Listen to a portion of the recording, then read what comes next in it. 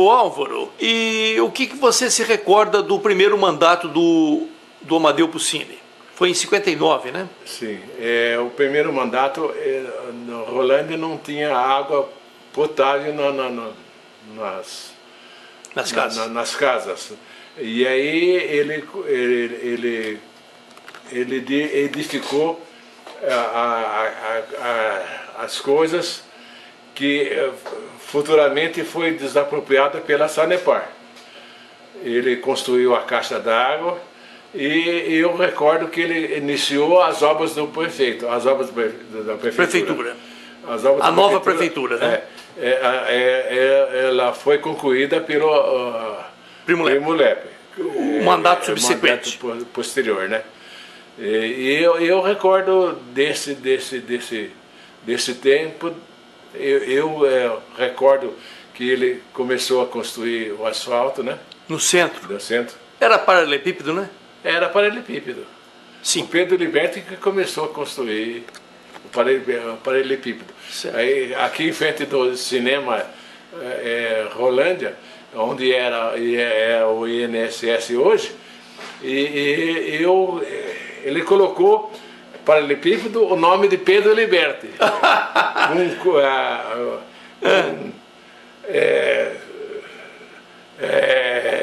Pedra branca. Olha só.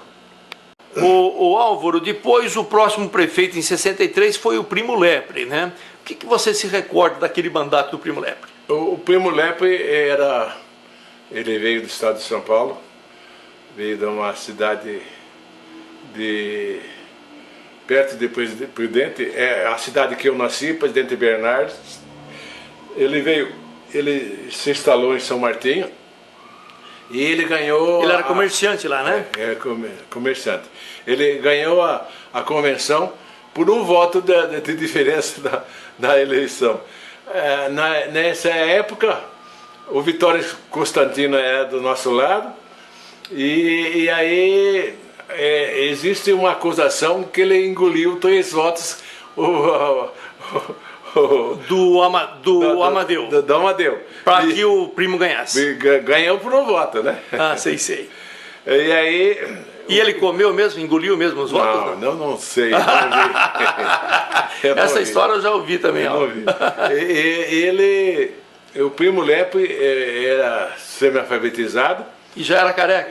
Não, já era careca. Era o maior... Dançarino? Era o maior... Não, era cantor, tinha uma bela voz. Cantava com o Aurélio Feijó, juiz de direito.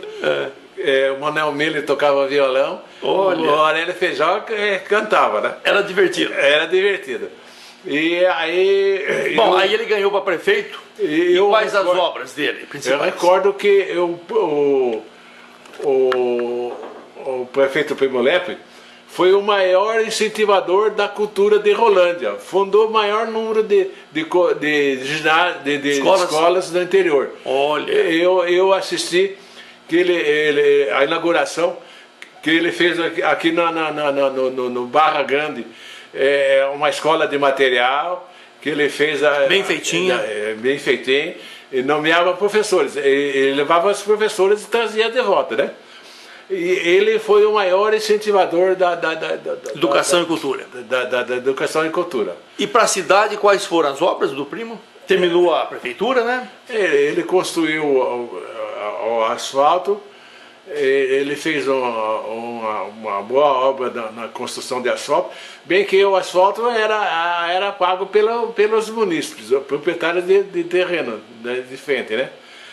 E aí ele concluiu a prefeitura e ele teve começou o esgoto. Começou o esgoto.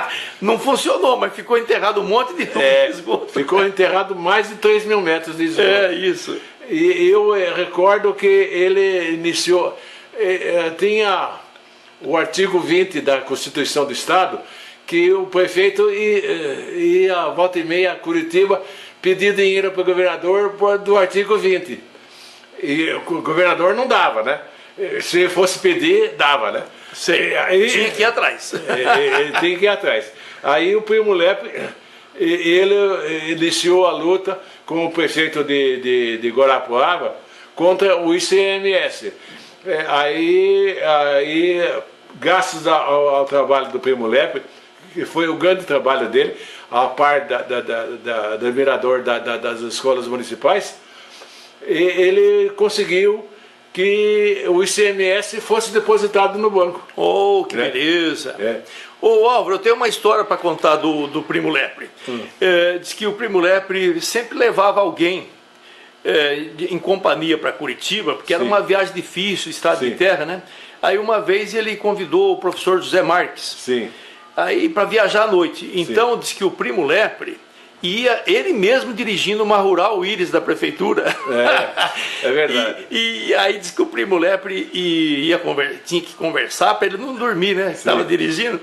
E no meio da viagem, cantorias. Diz que ele começava a cantar.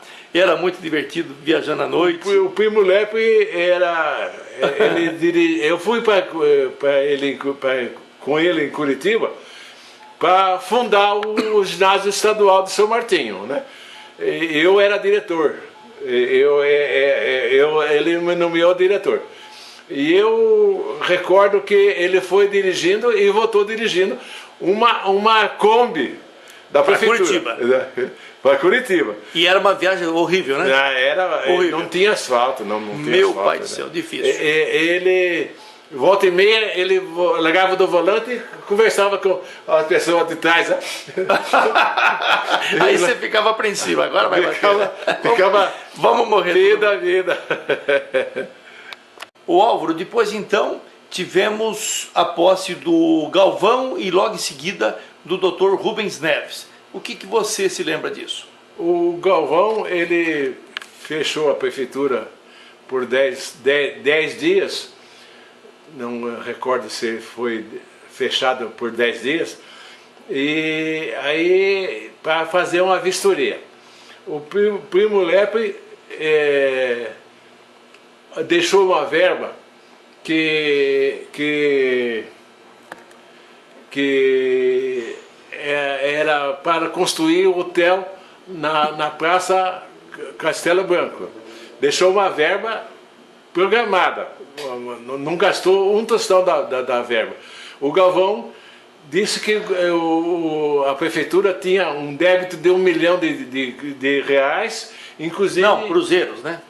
Cruzeiros na época, né? Cruzeiros. Cruzeiros. Na época. Referente a gastos não realizados, inclusive o do hotel. Aí ele ficou 3 meses, ele foi cassado. O motivo não importa. Não importa hoje, né? Não importa. Aí hoje. assumiu o Rubens, Dr. Rubens, o vice. Assumiu o vice-prefeito dele, que foi eleito, o Rubens Vieira Neves. E eu recordo que o Dr. Rubens, como era conhecido, ele quando da nomeação do interventor Horácio Cabral? Ele renunciou ao cargo de vice-prefeito, aonde que ele teve a eleição, ele acabou com o mandato do Horácio Cabral. Onde que teve a eleição, que estava vago, ele que dava sustentabilidade ao interventor, Horácio Cabral. E aí ele renunciou e o Tribunal Regional Eleitoral marcou a eleição da qual na qual foi eleito o prefeito Pedro Scomparin por um mandato de 2 anos. Seria um mandato tampão. Tampão. Álvaro Pezente, agradeço de coração a tua colaboração em resgatar a história de Rolândia que nem todos conhecem, principalmente as novas gerações. E eu gostaria de saber se é possível a gente voltar aqui para novas conversas, novas entrevistas. Sim, eu que agradeço a você pela essa oportunidade de me expressar sobre a vida social de Rolândia. História, né? A história de Rolândia.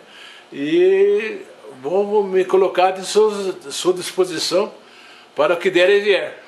Muito obrigado, boa sorte para você, Deus Muito abençoe. obrigado. Viu?